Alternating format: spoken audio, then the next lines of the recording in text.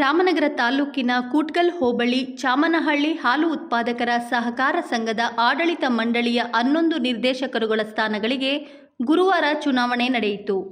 ಸಂಘದ 5 ವರ್ಷಗಳ ಆಡಳಿತ ಮಂಡಳಿಯ 11 ನಿರ್ದೇಶಕರುಗಳ ಸ್ಥಾನಕ್ಕೆ ಚುನಾವಣೆ ನಡೆದಿದೆ.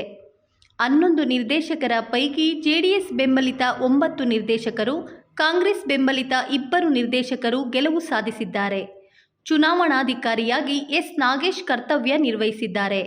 ಒಟ್ಟಾರೆ ಚಾಮನಹಳ್ಳಿ ಡೇರಿ ಜೆಡಿಎಸ್ ಬೆಂಬಲಿತರ ಪಾಲಾಗಿದೆ. ಇಂದು ನಡೆದ ಚಾಮನಹಳ್ಳಿ ಹಾಲು ಉತ್ಪಾದಕರ ಸಹಕಾರ ಸಂಘದ ಚುನಾವಣೆಯಲ್ಲಿ ಜೆಡಿಎಸ್ ಬೆಂಬಲಿತರಾಗಿ 9 ಜನ ಗೆದ್ದಿದ್ದು, ಕಾಂಗ್ರೆಸ್ ಬೆಂಬಲಿತರು 2 ಗೆದ್ದಿದ್ದಾರೆ.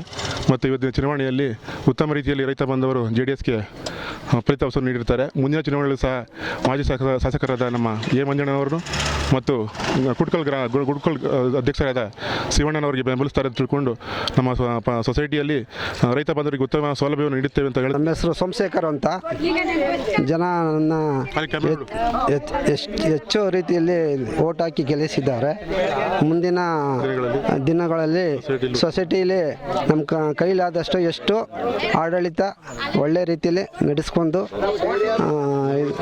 ಜನಗಳ ಸಹಾಯ ಮಾಡಿಕೊಂಡು ಮುಂದೆ ಅಭಿವೃದ್ಧಿ ಮಾಡಿಸುವಂಥ ಕೆಲಸಗಳು ಮಾಡುತ್ತೀವಿ.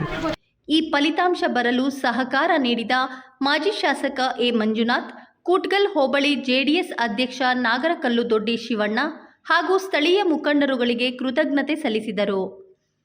ನೂತನವಾಗಿ ಆಯ್ಕೆಯಾದ ನಿರ್ದೇಶಕರುಗಳನ್ನು ಕ್ಯಾಸಾಪುರ ಸೊಸೈಟಿ ಮಾಜಿ ಅಧ್ಯಕ್ಷ ಅನಂತು, ಶಾನುಬೋಗನಹಳ್ಳಿ ಗ್ರಾಮ ಪಂಚಾಯಿತಿ ಮಾಜಿ ಅಧ್ಯಕ್ಷ ಮಹದೇವಯ್ಯ, ಹಾಲಿ ಸದಸ್ಯ ಸತ್ಯನಾರಾಯಣ್, ಮಾಜಿ ಸದಸ್ಯ ಮಂಜುನಾಥ್, ಎಂಪಿಸಿಎಸ್ ಮಾಜಿ ಅಧ್ಯಕ್ಷ ನಾಗೇಶ್, ಮುಖಂಡರಾದ ಪ್ರಸನ್ನ, ಗುರುಪ್ರಸಾದ್, ಸೋಮಶೇಖರ್, ಶಿವಲಿಂಗಯ್ಯ, ರಮೇಶ್, ಅಜಯ್, ಸಂಘದ ಸಿಇಒ ಪುಟ್ಟಸ್ವಾಮಿ ಮುಂತಾದವರಿದ್ದು ಅಭಿನಂದಿಸಿದರು.